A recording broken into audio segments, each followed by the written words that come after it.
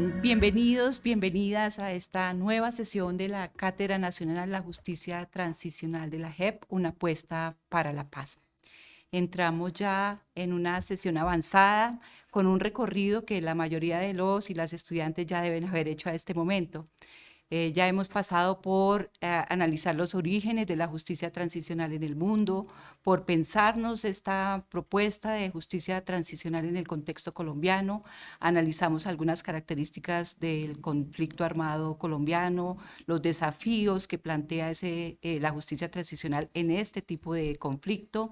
Posteriormente llegamos a los acuerdos de paz, conocimos también el contexto en el que se dieron los acuerdos de paz, qué se negoció en esos acuerdos, quiénes negociaron y cuáles fueron los puntos que ese acuerdo contempló. Posteriormente entramos en el punto quinto de los acuerdos de paz y nos detuvimos a analizar el sistema integral de verdad, justicia, reparación y garantías de no repetición. Intentamos en esa sesión plantear la función y la misión de cada una de las entidades que fueron creadas. La Comisión de la Verdad, que tuvo su momento de análisis en este curso, la Unidad de Búsqueda de Personas Dadas por Desaparecidas y posteriormente llegamos a la JEP.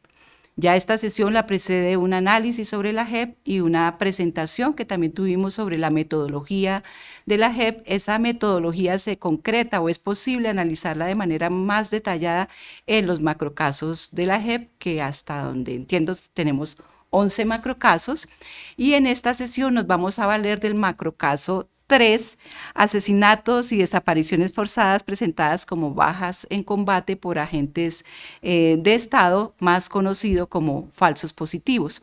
Ese es el macrocaso a cargo de la magistrada Catalina Díaz y nos va a servir como referencia, como análisis. Posteriormente nos valdremos de otros macrocasos, pero en este caso nos va a servir para analizar las posibilidades que tiene la justicia restaurativa para abordar temas tan complejos como el de los falsos positivos. El macrocaso, recordemos, fue la metodología de macrocasos, intenta abordar un conflicto que lleva más de 60 años con una masividad, más de ya cerca de 10 millones de víctimas, más de 500.000 asesinatos, según lo presentó el informe de la Comisión de la Verdad, más de 200.000 víctimas de desaparición forzada, que nos llevan a pensar que es imposible, inviable, caso a caso, el caso a caso, y que nos lleva a optar por otro tipo de apuestas metodológicas. Para poder analizar las posibilidades que nos brinda también los aprendizajes y las lecciones que ya va dejando el macrocaso, que todavía está en curso, pues nos acompaña la magistrada Catalina Díaz, quien tiene a cargo este macrocaso, y nos acompaña el profesor Gabriel Arturo Rojas. Gabriel es filósofo, literato, profesor vinculado a la Universidad de los Andes y pues nos puede plantear una perspectiva de análisis también bastante interesante, y lo que queremos hoy es una conversación entre esa experticia del llevar el día a día del macrocaso y el análisis. Muchos ojos están analizando lo que este macrocaso va arrojando.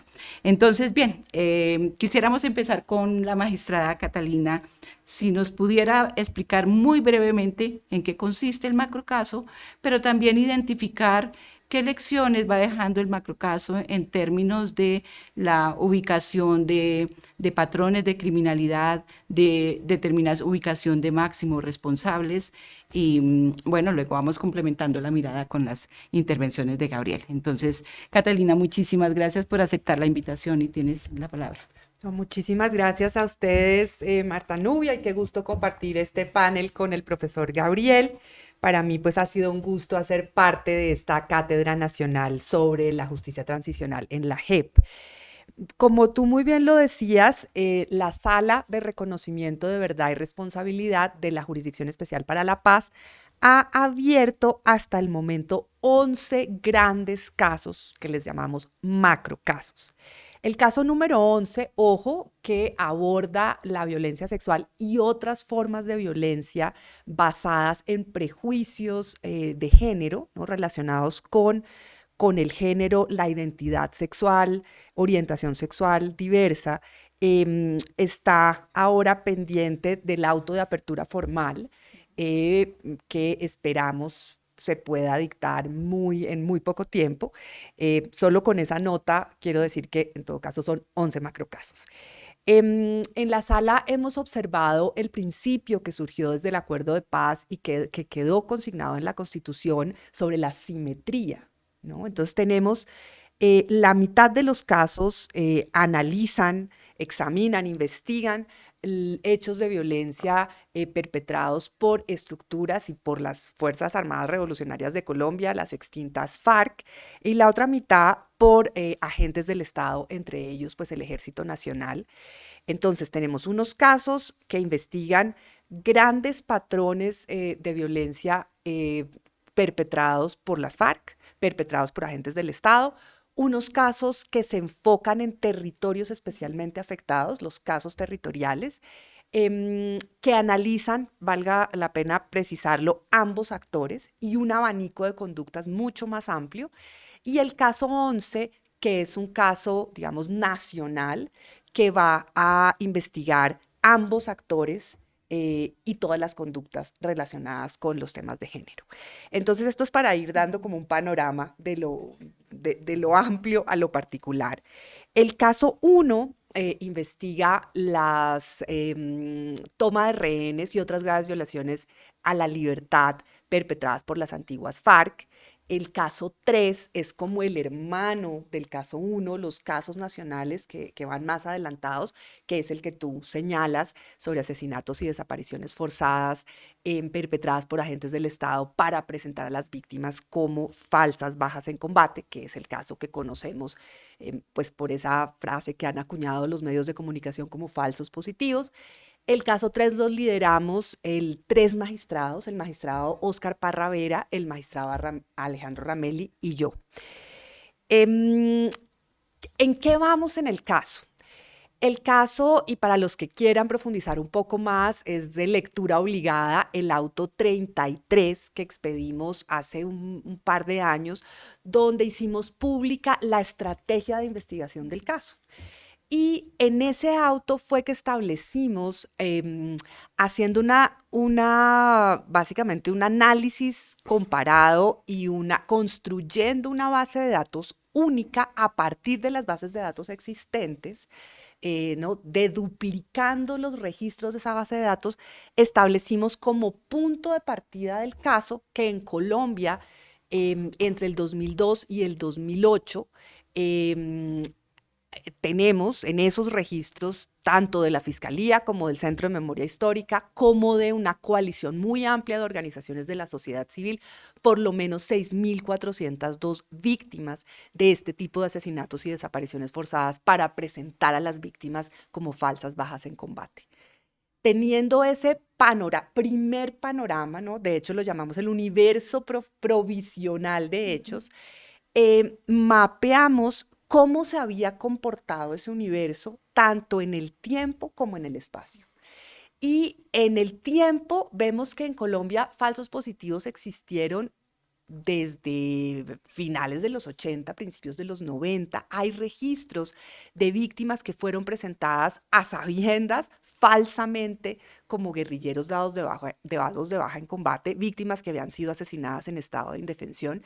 Pero en el 2002 esa curva digamos, sufre una inflexión ascendente muy pronunciada, una pendiente gigante que llega a su punto máximo en el 2008 y luego cae en picada. Es una curva muy clara que, fíjate, esa tendencia se muestra en todas las bases de datos independientes, o sea, la misma tendencia la muestra la Fiscalía, el Centro de Memoria, las organizaciones de la sociedad civil y, por supuesto, cuando estas bases de datos se suman y se duplican, la tendencia pues se consolida. Eso es en relación con el tiempo. Y ahora, con el espacio, hemos identificado que estos falsos positivos ocurrieron en todo el país.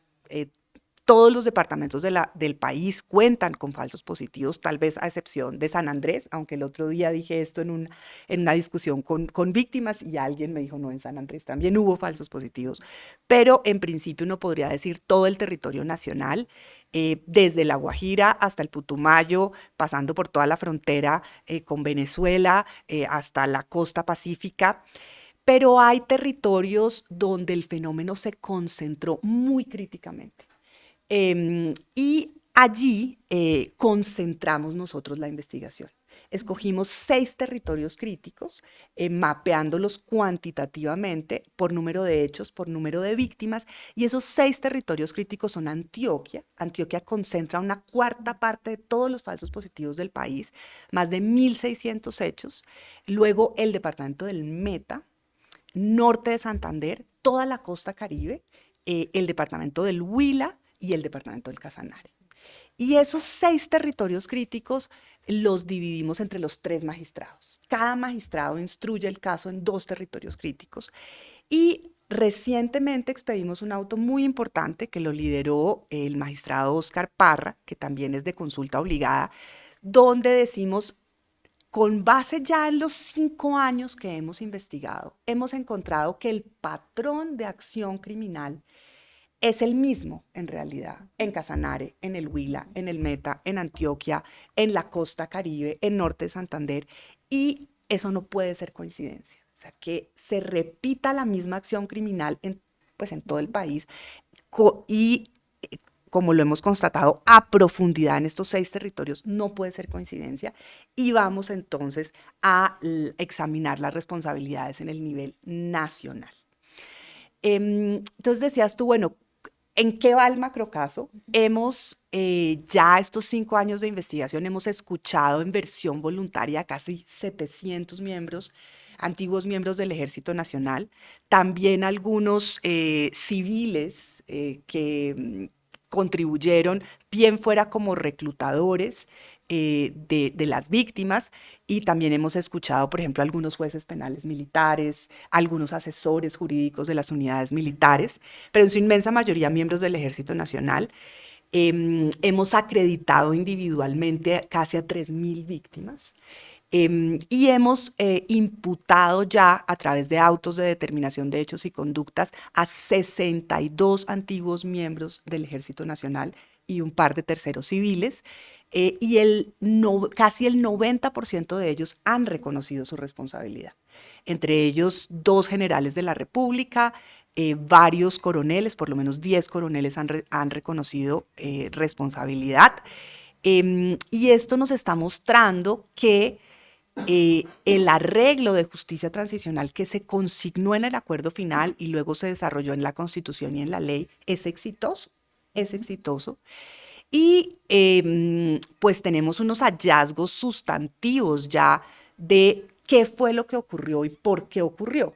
No quiero como tomarme todo el tiempo, si tú quieres abordo eso de una vez o en la siguiente ronda, como quieras. Creo que de una vez, ¿no? ¿O quisieras? Bueno, dejémoslo para la segunda ronda.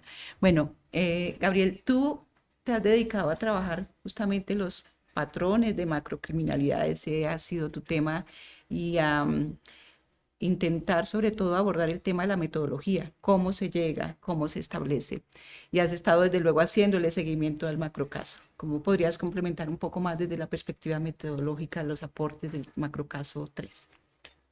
Bueno, muchas gracias, Marta Nubia, muchas gracias también a la magistrada por esta explicación y por el ejercicio, el trabajo de estos últimos 5 años, que, y esto va a ser algo importante creo en nuestro diálogo, ha tenido un poder comunicativo increíble.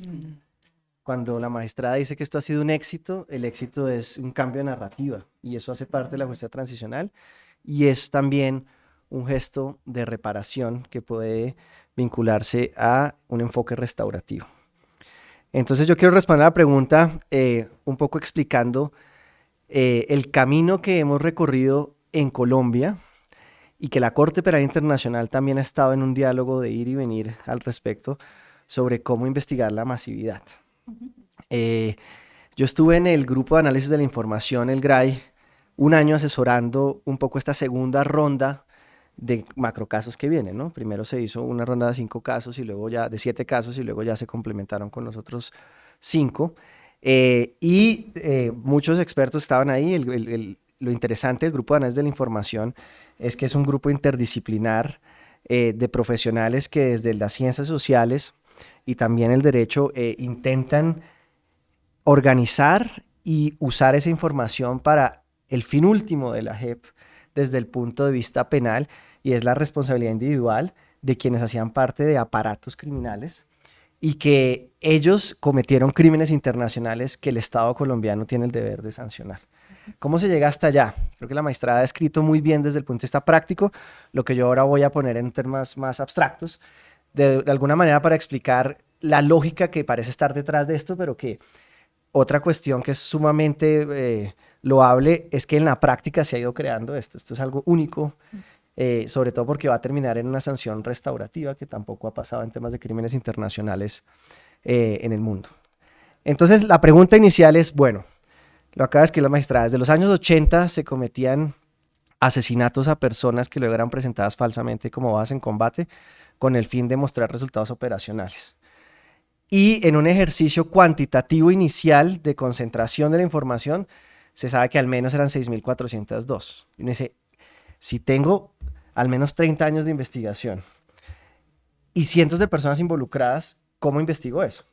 La primera respuesta en un sentido penal usual sería, pues yo necesito saber la persona que cometió un hecho y probar que esa era una acción típica, antijurídica y culpable. Es decir, que este señor cometió un crimen que está tipificado en nuestro Código Penal. Si eso es así, entonces tengo que probar más allá de todo razonable que él o bien fue determinante en eso, o bien lo cometió él mismo de manera material, o bien fue cómplice. Si yo lo hago así, ya aprendimos en Colombia, gracias al proceso de justicia y paz que inicia con la Ley de Justicia en Paz en 2005, que dio lugar a la desmovilización de las autodefensas, que no acabamos nunca, digamos, desde el punto de vista de los recursos, tanto de tiempo como de personal.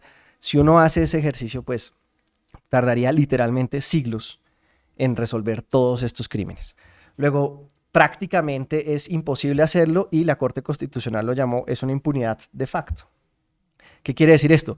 En la medida en que voy analizando uno por uno, primero no puedo entender la lógica de una organización criminal que lleva a cabo estas acciones por medio, como veremos adelante, de patrones, sino que además termino poniendo todos mis recursos en cuestiones que no solo no explican, sino que terminan dejando a muchas personas sin ninguna respuesta. Luego hay que cambiar la estrategia.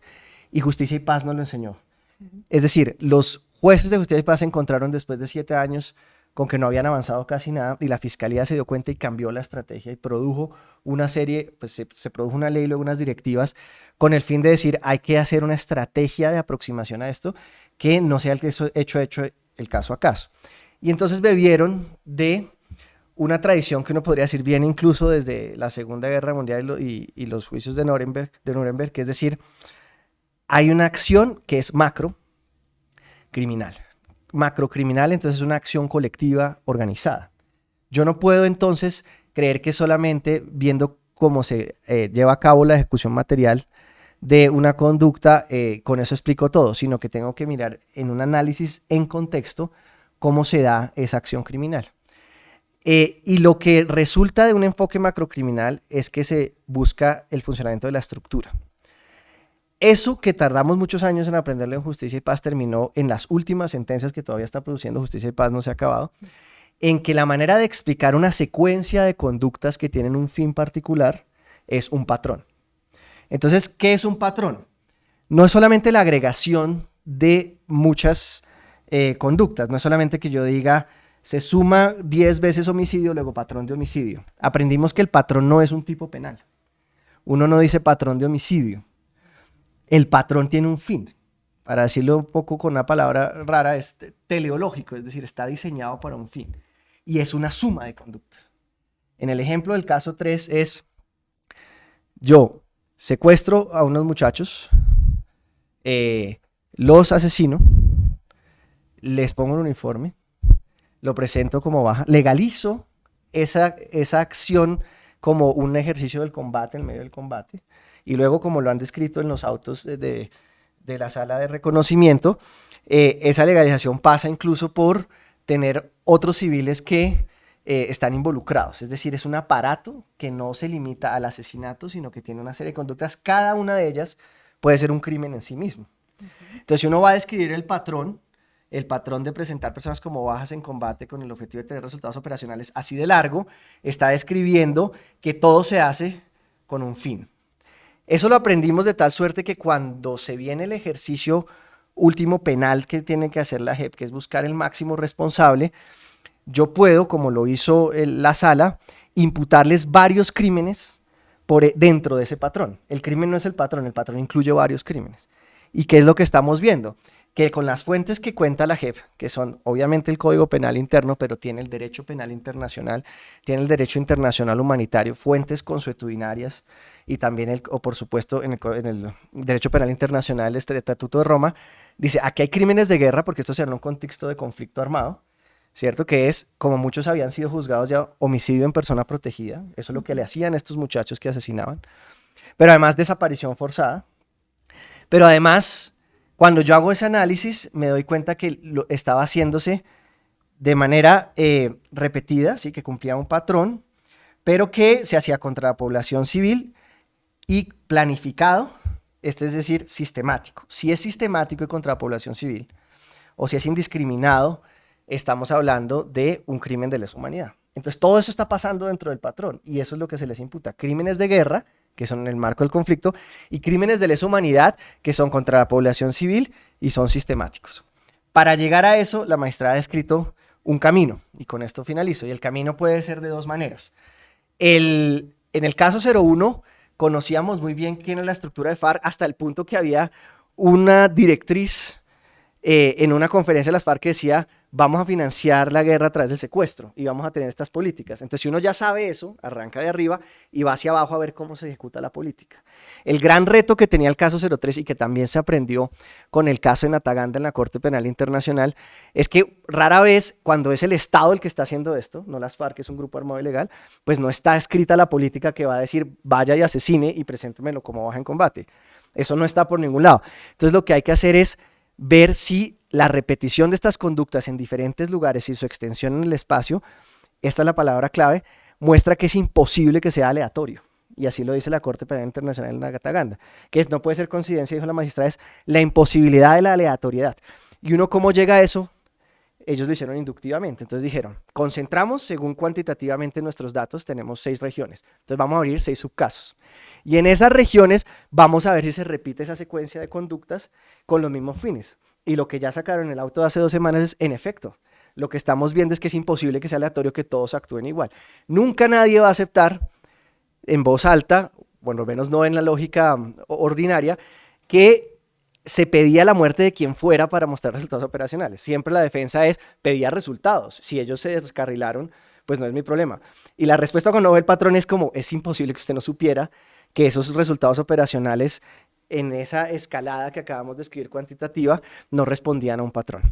Luego, lo que se logra con este enfoque macrocriminal, que incluye este análisis en contexto de cómo se dan los crímenes, cómo opera un aparato, es que eventualmente, y esto lo está logrando la sala, se llega a el máximo responsable, que no es otro que el que tiene control o dominio sobre ese patrón. Y ese es el que nos interesa. Cuando en justicia penal internacional, en justicia tradicional, buscamos nuestros recursos para juzgar a alguien, no nos interesa, esto puede sonar raro, quién disparó, el autor material. El que más nos interesa es la persona de atrás, la que da la orden o la que permite que se den estas conductas generalizadas. Eso es lo que ha logrado la sala hasta ahora. Muy bien, yo creo que va quedando como muy completa y muy clara la descripción para entender cómo funciona el macrocaso en su potencial de determinar un patrón.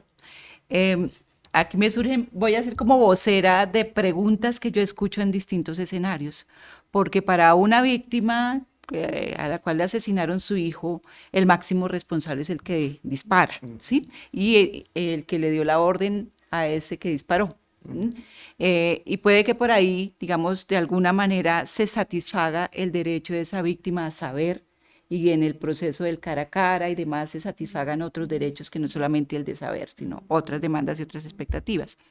Las víctimas se agrupan, se organizan y ahí hay otro tipo de demandas, ¿no? Ya que surge en el icónico mural de quién dio la orden, ¿no? Entonces ya no solamente queremos saber quién dio la orden de asesinar a mi hijo y al hijo de mi vecina en el caso de Soacha, sino que esto justamente se entiende como aquí hay más que sujetos manzanas podridas o personas con intereses particulares, pero también la sociedad se va haciendo la pregunta. Digamos, la pregunta ya no solamente sale de las madres de Soacha organizadas o de la cantidad de organizaciones que han emergido en distintos territorios del país, sino como una pregunta de la sociedad en cabeza de analistas, ciudadanos del común que, digamos, se horrorizan por el crimen. Todo crimen horroriza, pero en este caso tiene una particularidad que tú le has descrito y es un crimen cometido por agentes del Estado, o sea, que pone una marca, una diferencia, ¿no?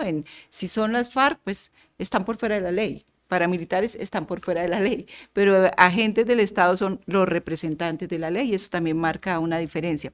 Entonces, un poco mi pregunta va como a esa escala de preguntas, ¿no? Y estaba en un evento hace 3 días y me preguntaban, ¿hoy la JEP tiene un número distinto? ¿Sí? Ese 6.402 va a cambiar, ha cambiado. ¿Podría a esta altura la JEP decir algo distinto o tenemos que esperar hasta que el proceso termine? Hoy la JEP tendría que decir algo frente a dicho mucho, bastante, que ha logrado justamente lo que tú dices, ya cambiar la narrativa. Sobre eso seguramente haremos nuestra tercera ronda. Pero hoy la JEP podría decir algo más allá de generales, digamos que por tema de grados, frente a quién dio la orden. ¿Interesa saber quién dio la orden o interesa más bien cómo esto marcó una dinámica particular de nuestro conflicto? Entonces, hacia allá creo que iría mi inquietud para reflexionar esta parte. Sí, tal vez retomo en tu pregunta inicial que no la contesté del todo y cuál es el patrón.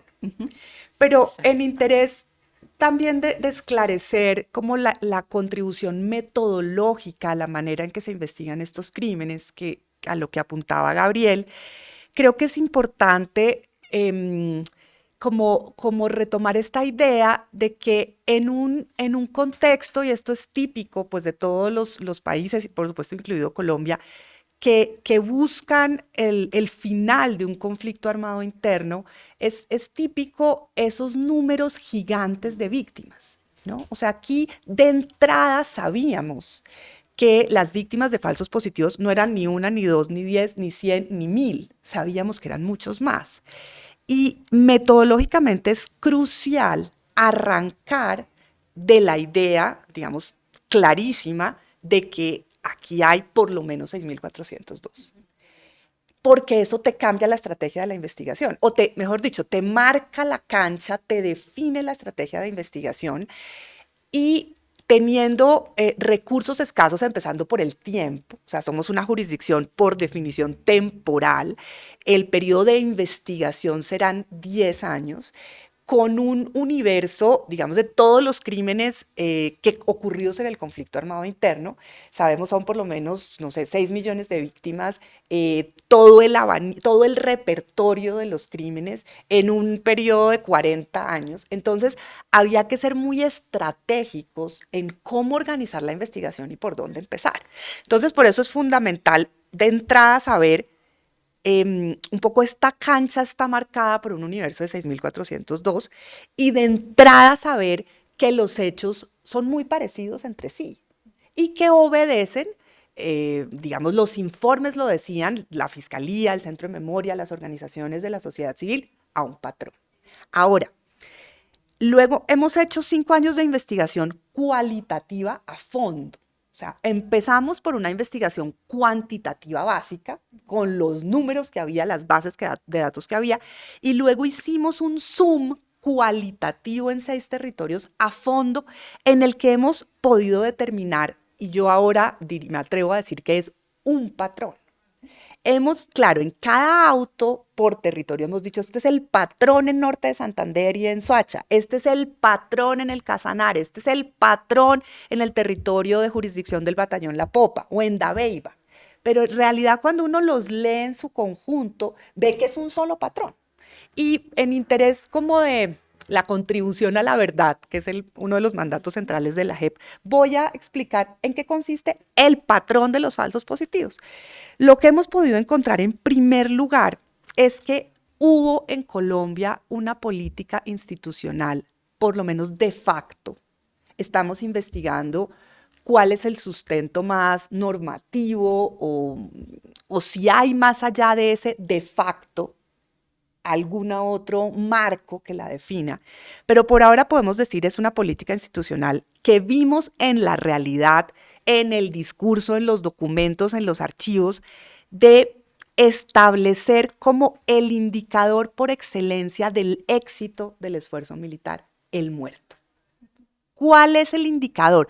¿Cómo eran medidos? ¿Cómo se exigían los reportes de, digamos, del esfuerzo militar en número de muertos? El cuerpo, ojo, el cuerpo del supuesto enemigo abatido en combate. Era el indicador que se exigía, por el cual se presionaba, que se requería y que generaba, si no se presentaba, castigos, recriminaciones, reprimendas, reproches, insultos, malas anotaciones en la hoja de vida, o si se generaba, premios o recompensas, ¿no? Positivas, lo que llamamos en las ciencias sociales incentivos positivos. Eso es central para entender este fenómeno. Lo ha visto las ciencias sociales y la ciencia militar y la experiencia, pues, por ejemplo, en el caso de Vietnam, y en inglés se conoce como body count, y nosotros lo tradujimos literalmente en los autos de la sala como conteo de cuerpos. En Colombia tenemos que admitir que hubo una política institucional de facto de conteo de cuerpos, donde el cuerpo del supuesto enemigo caído era el indicador por excelencia. Y eso aliado o de la mano de una presión brutal desde los mandos más altos en toda la cadena de mando, o sea, comandantes de divisiones, incluso muchos, y así lo estamos pues investigando ahora, lo dicen desde el comandante del ejército, comandantes de divisiones, comandantes de brigada, comandantes de batallones, hasta los comandantes de las unidades propiamente en el terreno, las compañías contraguerrilla, las baterías, una presión brutal por esos resultados. Presión que se ejercía a través de los programas radiales, que son en realidad como el medio de transmisión de órdenes cotidianos. O sea, estos programas se hacen todos los días, 24/7, sin parar ni las vacaciones, ni los puentes, ni los fines de semana, 6 de la mañana, 12 del día, por la tarde y en la noche, en diferentes horarios, las diferentes unidades, donde uno de los mensajes centrales era: necesito bajas porque estamos en rojo, no estamos presentando resultados. El lenguaje era: ustedes soldados, ¿qué están haciendo? Se están comiendo los víveres, no están haciendo nada, ¿dónde está su trabajo? No se están moviendo.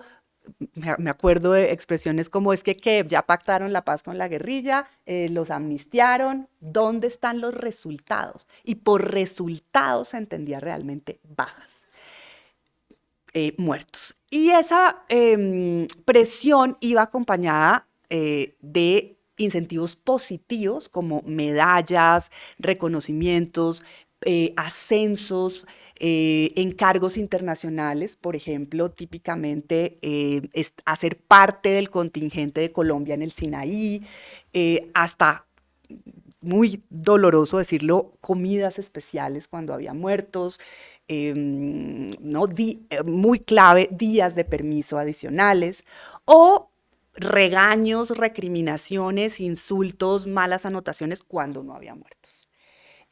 Y sin esto uno no entiende la dinámica de los falsos positivos. Eso es central, clave en los falsos positivos. Otro elemento central que hemos establecido es la estigmatización de las poblaciones civiles que vivían en zonas de dominio, que fueron en algún momento dominio guerrillero.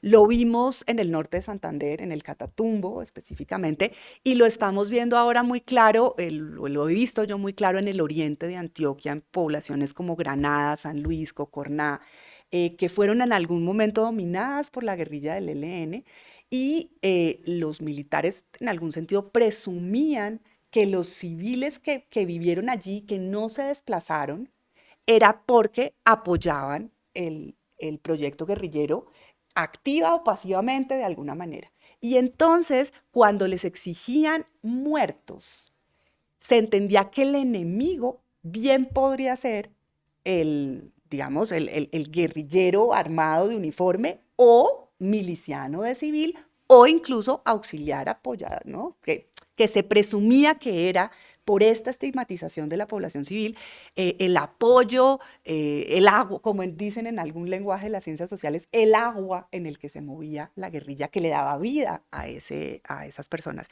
Entonces eso es como, creo yo, un aporte importante a la verdad del porqué de este patrón. Entonces ahí están elementos claves del patrón. El conteo de cuerpos, la presión, la estigmatización, y encontramos el perfil de las víctimas, y solo digo un par de cosas que yo creo que son claves para comprender. En todos los territorios que hemos investigado a profundidad hemos encontrado por lo menos 2 modalidades de falsos positivos. Uno primero, en donde las víctimas eran campesinos de la región misma donde estaba la unidad militar. Por ejemplo, en los que yo he investigado personalmente, los campesinos de los pueblos del Catatumbo, ¿no? El Carmen, por ejemplo. Y cuando esas comunidades campesinas empezaron a denunciar, a rebelarse, a hacer incluso cuando venían los helicópteros para levantar el cuerpo, empezaban los campesinos a decir, ese no era guerrillero, ese era un miembro de la comunidad, estaba haciendo la cerca, lo conocíamos, era mi vecino, empezaba a haber denuncias, movimiento.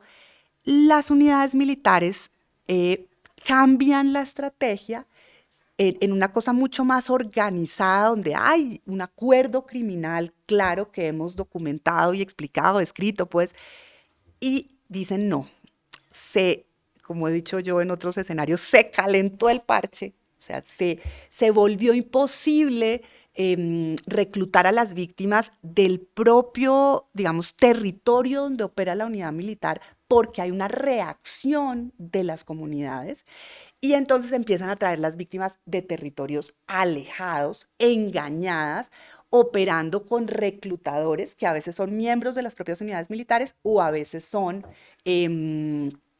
civiles que hacen un negocio criminal en el cual les pagan por víctima traída. Y allí típicamente está el caso de Soacha, pero lo vimos ya en Dabeiba, por ejemplo. Fue muy, muy impactante en Dabeiba ver cómo reclutaban pues habitantes de calle de la ciudad de Medellín para presentarlos como bajas en combate en pues, jurisdicción de la unidad militar de Dabeiba. Lo estamos viendo también en el oriente antioqueño. Desde muy pronto surge esta modalidad con también personas, trabajadores muy informales del mercado minorista de Medellín, para dar unos ejemplos. Y así podría yo seguir y seguir, pero eso es lo que hemos encontrado en términos de patrón. Y para responder a tu pregunta, la definición de máximo responsable, y esto es importante, como lo dijo la Corte Constitucional en su momento, lo estableció la ley y la sección de apelaciones, es bastante amplia para incluir tanto a personas que, por ejemplo, aquí, una gran pregunta es, bueno, ¿quién se inventó el conteo de cuerpos aquí? ¿Eso está en alguna directiva política, ley, no sé, plan? ¿Quién lo implementó en todas las unidades militares? Pero también para las víctimas es central quién disparó. Y nosotros hemos entendido como máximos responsables tanto lo uno como lo otro. O sea, hemos imputado tanto a generales que documentamos que sabían lo que estaba pasando y no hicieron lo que les correspondía. Antes tal vez miraron para otro lado y dejaron que la cosa continuara sin hacer las investigaciones, las denuncias, todo lo que se hubiera podido hacer. Como también lo que llamamos, y llama la teoría, como ejecutores notorios. El soldado que siempre se ofrecía para disparar. O sea, tenemos soldados, incluso hemos conversado con algunos de ellos, que después de 2 casos dijeron, yo a esto no puedo más. E incluso algunos salieron de la unidad militar. O algunos que de entrada no le hicieron el juego al tema. Pero hay otros que siempre querían. O hay otros que se ofrecieron para reclutar a las víctimas. Hay otros que eran los que reunían información con base en la estigmatización para decir quién era guerrillero en el pueblo. Y esas personas que están como en la mitad de la cadena son piezas claves de cómo funciona, si quieres, en algunos casos, la organización criminal. Entonces, la organización que se trata de desmontar no funciona sin la cabeza pero tampoco sin los pies y sin el cuerpo. O sea, cada persona que cumple un rol es fundamental. Entonces, en la tarea de hacer justicia es tanto clave identificar pues por usar ese lenguaje, quiénes dan la orden, quiénes inventan esto, quiénes crean las políticas, quiénes las difunden tanto, como los ejecutores notorios. Porque sin esas dos cosas, estos crímenes no hubieran ocurrido. Y coincido contigo, Marta Nubia, en que para las víctimas ambas cosas son importantes. Muchas víctimas, claro, porque ahí están las limitaciones que tenemos. Hemos podido entrevistar 700 personas, o sea, 700 miembros de las unidades militares, muchos de los cuales han confesado en la propia versión voluntaria, y en muchos casos hemos podido ofrecer verdad detallada de cómo ocurrieron los crímenes, pero en muchos otros no. Las víctimas, al ver y al saber quién fue el que disparó, por qué escogieron a su hijo como víctima, ¿no? ¿Qué pasó en las circunstancias? Pues han quedado, o al menos la promesa del derecho a la verdad se cumple, ¿no? Esa satisfacción es muy ambivalente porque también es muy dolorosa. Y muchas otras víctimas nos dicen, yo quiero que el que le disparó a mi hijo responda. Y nosotros, pues, no podemos garantizar que todos los que les dispararon a las 6.402 respondan. Y un poco lo que ofrece tanto la teoría es, esas otras víctimas deben poder sentirse representadas en el hallazgo del caso que sí pudimos esclarecer. Y por eso es clave esta idea de hacer agrupación.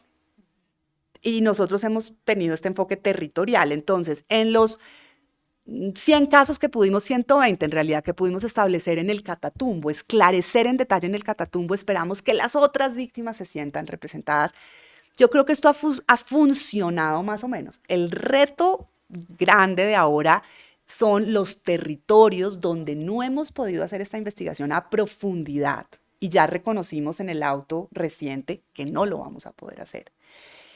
Hemos pensado en una estrategia de casos ilustrativos, emblemáticos, un poco y con esto me encanta y cierro, pues la verdad me hace muy feliz saber que personas como Gabriel lo identifican así, y es como el poder comunicativo y el cambio en la narrativa, y que tú también lo compartas, porque para nosotros eso ha sido un norte absolutamente central. O sea, yo vengo también como de haber trabajado en justicia transicional muchos años a propósito de experiencias en otros países y de analizar lo que ocurrió aquí en Justicia y Paz, y veíamos que una de las cosas absolutamente claves en esto es el poder comunicativo de la justicia. Y ahí está, a mi gusto, como la clave de la transformación. O sea, la promesa es hacer justicia de cierta manera transforma. Y transforma empezando por esclarecer la verdad, establecerla, determinar las responsabilidades. Y en el caso de falsos positivos es muy evidente, y es como la verdad oficial que, digamos, que está en cada uno de esos casos, es que ese hijo, ese muchacho era un guerrillero, es falsa. O sea, es muy literal, ¿no? El cambio de la narrativa es absolutamente literal. Es esas personas que eran, según los archivos oficiales y los documentos oficiales, guerrilleros dados de baja en combate, pues resulta que no son. Y eso no es en un caso, en 3 casos, sino en por lo menos 6.402, y eso obedece a unas políticas institucionales. Y me encanta que ustedes vean que la apuesta es por el poder comunicativo, y porque pues todas esas víctimas puedan sentir que se hizo justicia, al menos a través de casos. Obvio, ojalá fueran todos sus casos, pero como eso no va a ser posible, de casos que son hermanos de su caso, pero que la verdad global del fenómeno del patrón se esclareció. Y en ese sentido, lo que le pasó a mi hijo, así yo no sepa exactamente quién le disparó, ya lo conozco, ya sé eso por qué pasó, y siento que se hizo justicia porque tal vez el máximo respondió, y en todo caso se esclareció como los mecanismos centrales de por qué ocurrieron esos crímenes de forma masiva y sistemática. Sí. Es que este caso da para que Da para el curso Perdone completo. la extensión, Da pero para el curso completo, pero Gabriel, bueno, yo creo que seguramente también quisieras complementar o a partir de la intervención que hizo Catalina, pero a mí me gustaría poner ahora como un poquito la lupa en la tarea que tienen también estos macrocasos de, a partir de todas, del cumplimiento de sus funciones, contribuir a la transformación del país, porque está obviamente las víctimas en el centro y la responsabilidad de satisfacer sus derechos y de contribuir a su reparación, pero la apuesta por superar el conflicto y construir la paz, ¿no? Como es la apuesta en últimas y por lo cual se escogen estos casos. Un poco acá como tú dices hay un cambio de narrativa, yo lo veo también claramente, tal vez uno diría por ahí, ya vamos contribuyendo a construir paz, pero cómo este patrón en particular o los patrones que se establecen en este macrocaso pueden apuntarle a ese propósito de transformación, de cambio. Gracias. No, es que es escalofriante, ¿no? Yo estaba escuchando, lo he escuchado desde diferentes ángulos, he escuchado a Catalina en diferentes lugares y siempre me da escalofrío, porque uno dice, Sí. ¿cómo es posible que esto no sucediera? Y luego está el caso 7, el caso 6, donde también ocurrió con partidos políticos, bajo la misma lógica de estigmatización de ciertos sectores y esta es la clave moral, y hacia allá voy con respecto a lo que estás preguntando. Hay gente que merece morir. Digamos, ese es más que moral, es el principio ético que marcó esta guerra. Y que ha dicho la Comisión de la Verdad, esta doctrina del enemigo interno. Entonces hay gente que no merece la vida y que y todavía lo escuchamos, como sociedad somos capaces de decir, pero es que si era guerrillero, pues su vida ya no importa. Lo escuchamos incluso más fuerte, muy reciente, es decir, ya lo reclutaron, ya es una máquina de guerra, luego su vida ya no importa, o tienen culpa quienes lo reclutaron, como si inmediatamente en un segundo dejara de ser humano y se vuelve un número para contar. Entonces lo que nos está narrando la magistrada realmente es la degradación absoluta de nuestro principio ético que rige la Constitución además y es el valor de la vida. Entonces, ¿qué es lo que intenta la justicia transicional? Y la justicia transicional en clave de derecho penal, porque la justicia transicional no solo es derecho penal, sino que la JEP es ese mecanismo que tiene que juzgar y sancionar a quienes son los máximos responsables de estos hechos.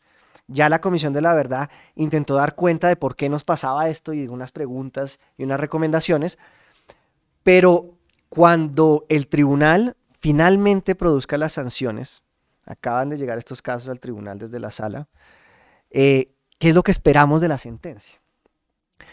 Porque miles de personas ya están condenadas por homicidio en persona protegida, ya están en la cárcel y la narrativa no había cambiado.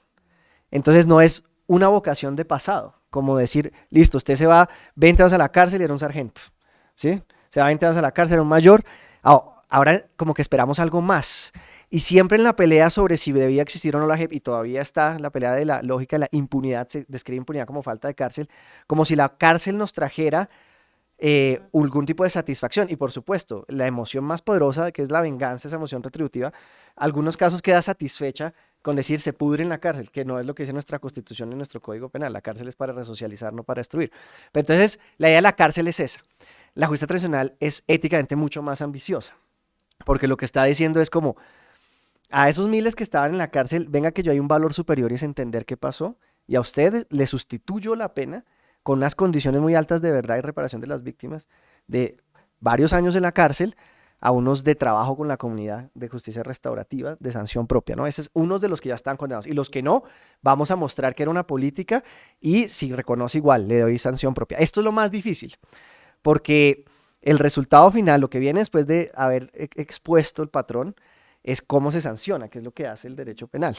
Y lo que van a sancionar serán máximos responsables en una lógica más amplia que la usual, porque el derecho penal internacional se dice como quien tiene una participación determinante, pues no se dice así lo dice la JEP, pero la traducción es como quien controla un poco el patrón. Aquí es no solo el que lo controla, sino quien tiene, como lo mencionaba magistrada, como un lugar notorio en la acción material misma. Pero bueno, ¿qué es lo que se quiere hacer entonces? Es mandar un mensaje de la sentencia que debe contener, esto no puede repetirse, que es un valor fundamental de la justicia transicional, el mensaje de no repetición. Cambiar la narrativa es para el objeto, es decir, nunca más el Estado se puede volver contra su propia gente bajo una lógica perversa de que la muerte es el objetivo final. Si la muerte es el objetivo final, entonces no estamos en un Estado de Derecho. El Estado de Derecho es para garantizar el derecho fundamental a la vida inicialmente. Yo me imagino una sentencia de la JEP comparadas con las de Justicia y Paz, en donde la descripción de los patrones tiene una vocación de futuro y de no repetición en lugar de una vocación de pasado. ¿Qué quiere decir una vocación de futuro? Que como sociedad no estamos dispuestos a esto que se repita, y por eso, y la maestra lo dijo muy bien, la clave de la macrocriminalidad de este tipo de investigación es la representatividad. Sin representatividad no hay. Y la representatividad tiene un grave problema, y es que le exige a los que sufrieron estos daños que pongan sus emociones en el lugar del que realmente está recibiendo información completa. En un país donde las víctimas han tenido tantas instancias incompletas y tanta insatisfacción, la JEP es bastante exigente con las víctimas. Les dice, organícense, porque no puedo ir por todos, y una vez organizados, quizás su caso particular no esté, pero por favor proyecte sus emociones, que lo que le está pasando a lo que estamos describiendo, que supimos quién mató literalmente, quién dio la orden, lo tiene que representar usted. Por eso la justicia restaurativa tiene un reto enorme en el contenido de la sanción propia. Es decir, el trabajo ese que se hace con las comunidades, que es lo que ahora tendrá que determinar el tribunal.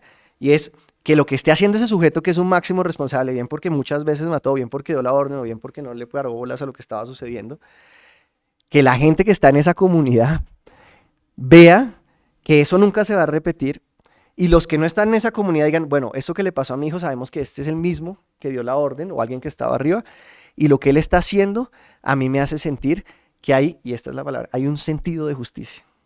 La justicia tradicional es incompleta.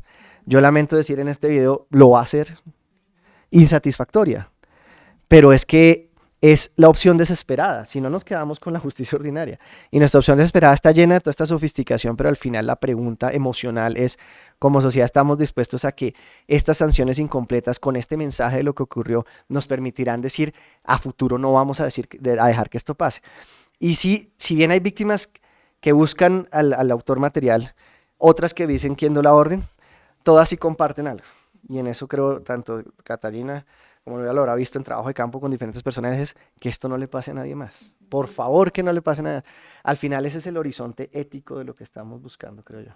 Muy bien, bueno, el tiempo aquí es nuestro peor enemigo y ya como en los últimos minutos, pero justamente lo que ustedes han mostrado y es ya en este largo proceso, que es corto para la dimensión, la tarea que tiene, sí se sienten cambios, digamos, yo lo siento como docente, como espectadora, como ciudadana, y es que pasamos de un negacionismo, o sea, yo sí creo que esto ha logró vencer el negacionismo, decir esto no ocurrió, ¿sí?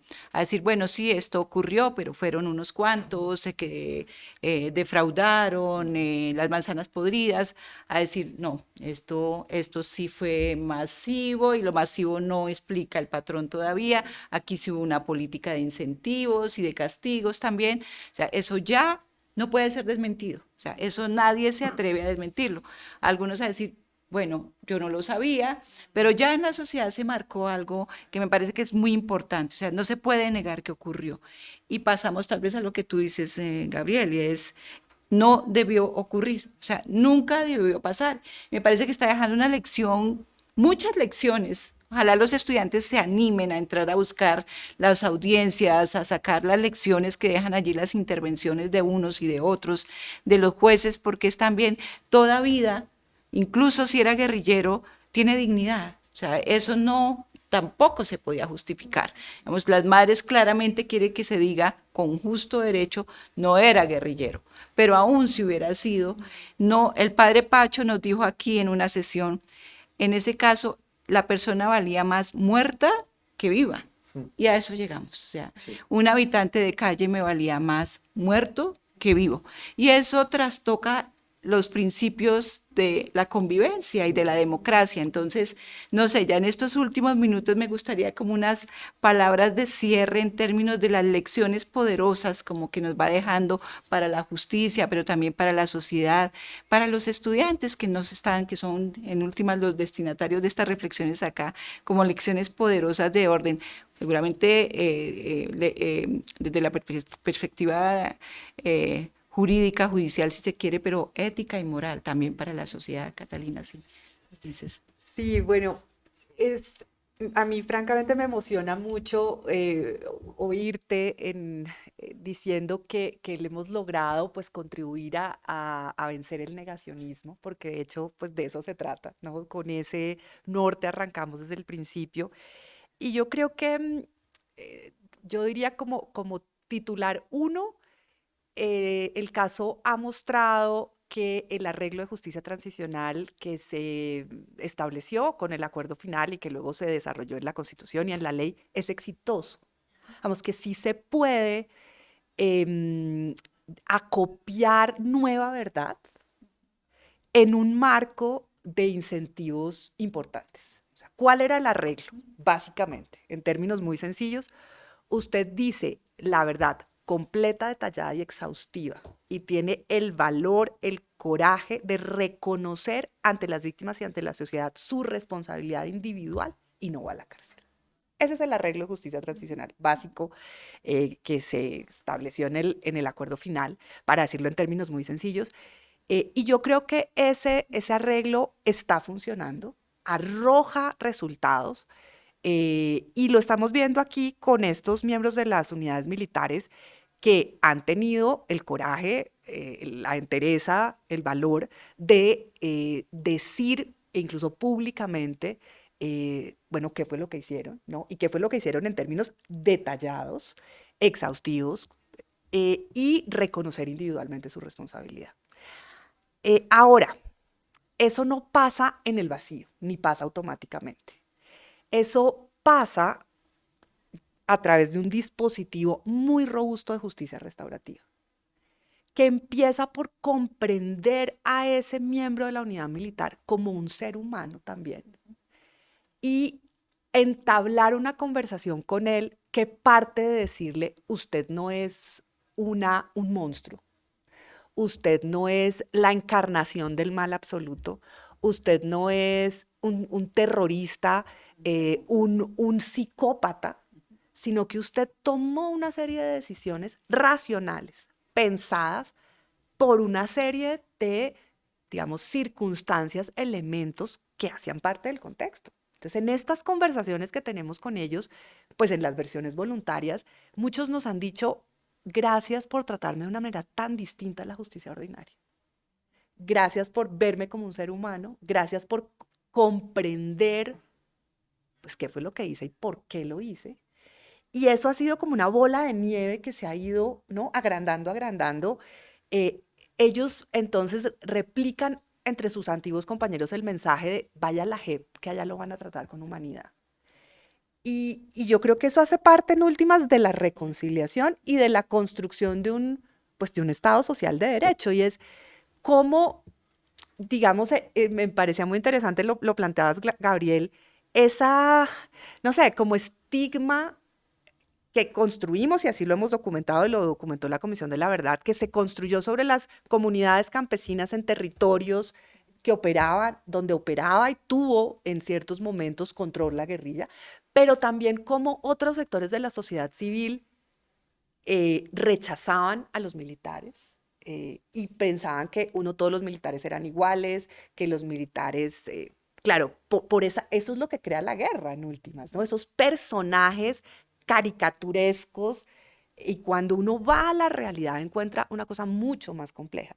Y lo que hemos logrado aquí también es justo traerlos a estos antiguos militares que son capaces de reconocer al proyecto común de que vamos a crear una mejor sociedad, ¿no?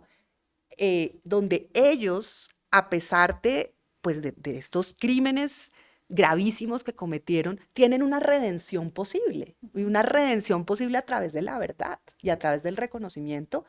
Y luego, pues ya está el capítulo de la sanción, que veremos, pues, el tribunal cómo lo define, pero eso hace parte también de la construcción de la paz, y pues en lo que a mí ha tocado con los militares, pero creo lo propio de los antiguos guerrilleros, ¿no? Es comprender quiénes son, por qué hicieron lo que hicieron, por qué terminaron en lo que hicieron, en factores que están allí, ¿no? Como dejar esa narrativa tan de personajes estigmatizados y del lenguaje de la guerra a una narrativa mucho más humana, mucho más compleja, mucho más del porqué, mucho más del contexto, y yo pues creo que eso lo estamos logrando con una matriz muy robusta de justicia restaurativa que empieza por ese cambio y aprovechando pues la comunicación. Creo que ese sería como la otra lección clave y es como una herramienta central para lograr esto, es la comunicación pública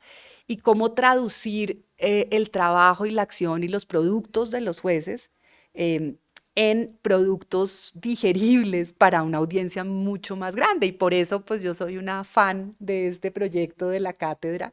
Y por eso somos tan enfáticos en que todo esto debe estar acompañado de pequeños documentales, podcast, entrevistas. Para mí, ¿no? Que las víctimas en muchos casos se hayan convertido en personajes públicos, en voceras, que son las primeras que buscan los medios, pues es central, ¿no? Y me alegra infinitamente oírlos a ustedes como pues observadores externos también decir que hemos logrado ese cambio de narrativa porque pues es una de las apuestas. Yo dejaría ahí. Muy bien, muchas gracias, maestra Gabriel.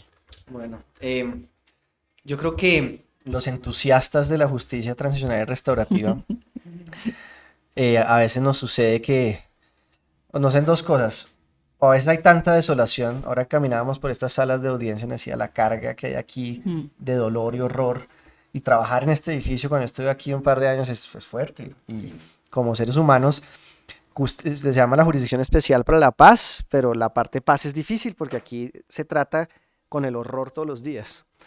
Entonces eso es una de las cosas que nos pasa, la desolación, pero a veces también el optimismo.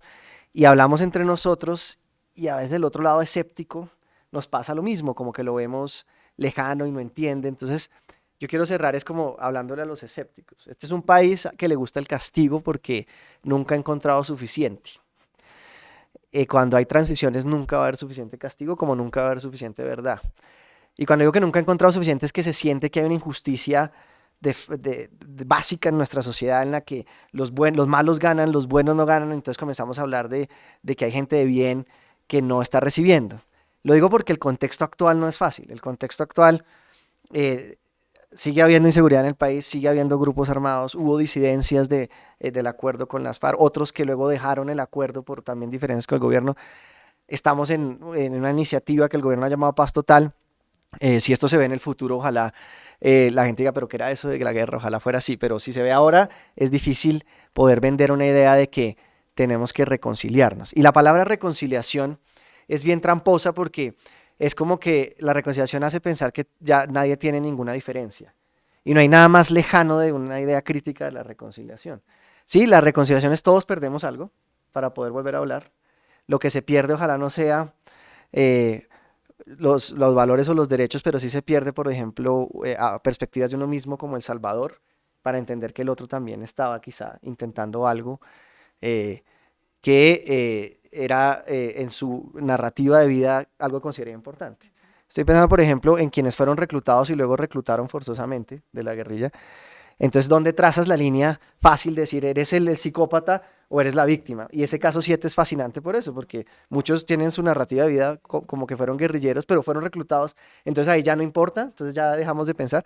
Ese tipo de separaciones artificiales es los que la reconciliación buscaría superar. Yo creo que el mecanismo penal de este ejercicio, este experimento que se llama la justicia transicional en Colombia, ha tenido en este momento unos mensajes únicos y poderosos de que somos capaces de escucharnos, pero lo que queda aquí adelante es monumental. Y cómo enfrentar ese reto enorme, yo creo que pasa sencillamente por la idea de que condenar a una persona a quitarle su humanidad para yo sentirme bien con lo que soy a través de ese enemigo que ya desapareció, nunca nos va a permitir construir una sociedad. Llenar a las cárceles de personas que consideramos que ya no son bienvenidas en la sociedad solo nos va a devolver toda esa carga. Cuando la gente celebra iniciativas centroamericanas de construir cárceles enormes y no sé qué, lo único que está gestando es más conflictividad hacia adelante. Entonces yo cierro diciendo, esta institución social del castigo es maleable, nosotros podemos cambiarla y lo estamos haciendo con la JEP incluso ya hay una propuesta legislativa para traer la justicia restaurativa de manera más gruesa a la justicia ordinaria. Entonces el castigo no puede ser el fin último de una sociedad, ni la cárcel la solución a todos los problemas. Si algo que dice el Estado de Derecho es que el derecho penal es lo último, el último recurso, pero se nos olvidó y reaccionamos con cárcel de una vez. O sea, que nos están viendo y dice, pero esta gente lo único que está haciendo es perdonar a los malos.